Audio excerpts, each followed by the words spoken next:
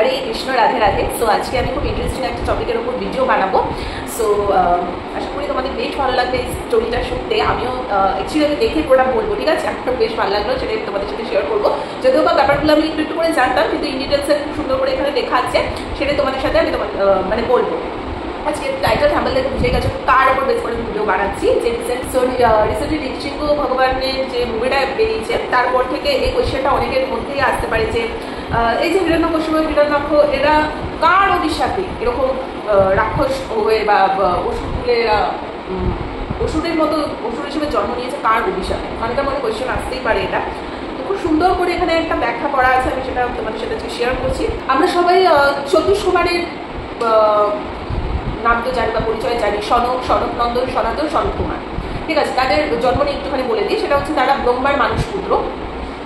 মানসপুত্র মানে হচ্ছে শারীরিকভাবে জন্ম হয় না, ব্রহ্মার চিন্তা বা চেতনা থেকে উদ্ভূত হয়েছে এই 4 কুমার, ঠিক আছে? জন্মের পরপরই তারা সংসার বিমুখ, নিরাসক্ত, মানে সংসারের প্রতি কোনো অ্যাডিকশনই নেই, নিরাসক্ত এবং চিরযুবক রূপে রয়ে যায়, ঠিক আছে? আমি ছবিটা পাঠিয়ে দিয়ে দিচ্ছি, তোমরা বুঝতে পারবে। তারা শারীরিকভাবে ছোট বালকের মতো, কিন্তু জ্ঞানে অসীম এবং পরিপূর্ণ। তারা সংসার ধর্মে অর্থাৎ বিবাহ, সংসার এইসবে কখনোই প্রবেশ করেনি, আজীবন ব্রহ্মচারী জীবনযাপন করেছেন। চতুষ কুমারের দর্শন এবং জীবন দর্শন, জ্ঞান যোগ এবং ধ্যান যোগ, তারা ব্রহ্ম জ্ঞানের উপাসক এবং ধ্যানের মাধ্যমে পরম তত্ত্ব উপলব্ধির পদ্ধতি শিখিয়েছেন, ঠিক আছে? মানে হচ্ছে মানুষের চরম লক্ষ্য হলো জন্মমৃত্যু চক্র থেকে মুক্তি, এই ধারণার প্রচারই কিন্তু ওনারা করেছে। একদমই স্বাভাবিক, জন্ম মৃত্যু চক্র থেকে মুক্তি, এটার প্রচারই কিন্তু করেছে। নিরাসক্ত জীবন মানে তারা সাংসারিক ভোগবিলাস বা মোহমায়া ত্যাগ করে সম্পূর্ণ জ্ঞান ও ভক্তির জীবনধারা গ্রহণের শিক্ষা দিয়েছে। দেহকে আত্মার অস্থায়ী আবাস এবং আত্মাকে শাশ্বত সত্য হিসেবে উপলব্ধি করতে বলেছে। তারা মূলত বৈষ্ণব দর্শনের অনুসারী এবং শ্রী বিষ্ণুকে সর্বোচ্চ পরমাত্মা হিসেবে স্বীকার করেছে। ভক্তির মাধ্যমে ঈশ্বর লাভ সম্ভব, এই শিক্ষা তারা দিয়েছে, ঠিক আছে? এবার শোনো পুরো ব্যাপারটা। কি কারণে কার অভিশাপ, মানে হিরণ্যকশিপু বা যুগে যুগে আমরা যে দেখে আসছি যে রাবণ বলো, এদের কিভাবে কি করলো সেটা, মানে রাবণ, কুম্ভকর্ণ, শিশুপাল, এরা কাদের অভিশাপে এরকম অসুর হিসেবে জন্ম নিয়েছিল। এবারে পুরো গল্পটা বলছি, শোনো।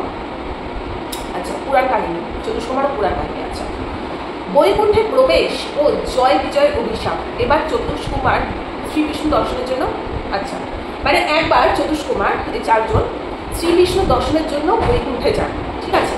এবার বৈকুণ্ঠের দরজায় জয় বিজয় নামক 2 দ্বাররক্ষী ছিলেন, তারা ওনাদেরকে থামিয়ে দেন, এই 4 জনকে এবার ঢুকতে দিতে চাননি, থামিয়ে দেন। এই ঘটনায় চতুষ কুমার ভীষণ রেগে যান এবং রেগে গিয়ে চতুষ কুমার জয় বিজয়কে অভিশাপ দেন। কি অভিশাপ দেন? যে তারা 3 জন্মে অসুর হিসেবে জন্মানো, 3টে জন্মে অসুর হিসেবে জন্ম নেবে। প্রথম যুগ হচ্ছে সত্যযুগ, যে যুগে হিরণ্যাক্ষ এবং হিরণ্যকশিপু হিসেবে জন্ম নিয়েছিলেন জয় বিজয়, 2 ভাই, এটা সত্য যুগে। নেক্সট ত্রেতা যুগে রাবণ এবং কুম্ভকর্ণ হিসেবে তারা জন্ম নিয়েছে, ঠিক আছে? লাস্ট দ্বাপর যুগে শিশুপাল এবং দন্তবক্র নামে এই 2 ভাই অসুর হিসেবেই জন্ম নিয়েছেন, মানে 3টে জন্মে তাদের অভিশাপে জন্ম নিয়েছে। এবং প্রতিবারই বিষ্ণু বিভিন্ন অবতার রূপে আসবে, তাদের বধ করবে, যা আসলে মুখ্যের দিকে তাদের যাত্রা। তাদের বধ করা মানে, ভগবানের বধ করা মানে তো এটা ভালোই কিছু, ঠিক আছে? উনি বধ করছেন মানেই তো আরও সুন্দর করে তুমি তোমার জীবনটাকে করতে পারো বা মুখ্য লাভের দিকে যেতে পারো, সেই জন্যই তো, তাই না? কেননা এই অভিশাপ থেকে খণ্ডানোর জন্য বাড়ি বাড়ি ওরা অসুর জন্ম নেবেন এবং প্রতিবারই কিন্তু বিষ্ণু এসে বিভিন্ন অবতার নিয়ে এসে তাদেরকে বধ করবে, না হলে তাদের উদ্ধার হবে না। আর উদ্ধার না হলে তারা মুখ্য লাভের দিকে যাবেই। এটাই ছিল কাহিনী।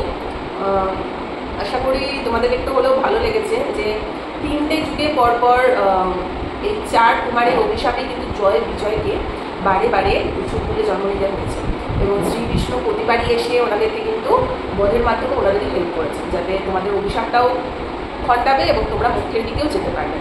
সো বেশ ভালো লাগলো, আশা করি।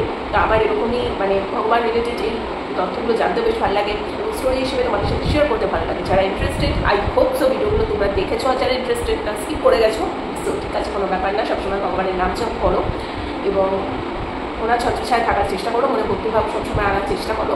এবং আমরা ভীষণ নগণ্য তুচ্ছ, প্রচণ্ড মানে কী বলবো, সব থেকে অভাগা দুর্ভাগা আমরা কিছুই ভগবানের জন্য করতে পারি না। উনি এতই আমাদেরকে ভালোবাসেন, এতই দয়ালু, উনি সব কিছু নিয়েই করেন, অথচ আমরা কিছুই ওনার জন্য করতে পারি না। যাই হোক, শুধু আমরা কী করতে পারি, একটু নাম জপ করতে পারি, ব্যাস, দ্যাটস এনাফ। কলিযুগে এর থেকে বেটার অপশানই আর কিছু হতে পারে না, কারণ কলিযুগের মানুষ সত্যি এখন সবাই অত্যন্ত ব্যস্ত। এখন ঘন্টার পর ঘন্টা বলে যাগযজ্ঞ করা, অত কিছু করার এখন সময় নেই কারণ।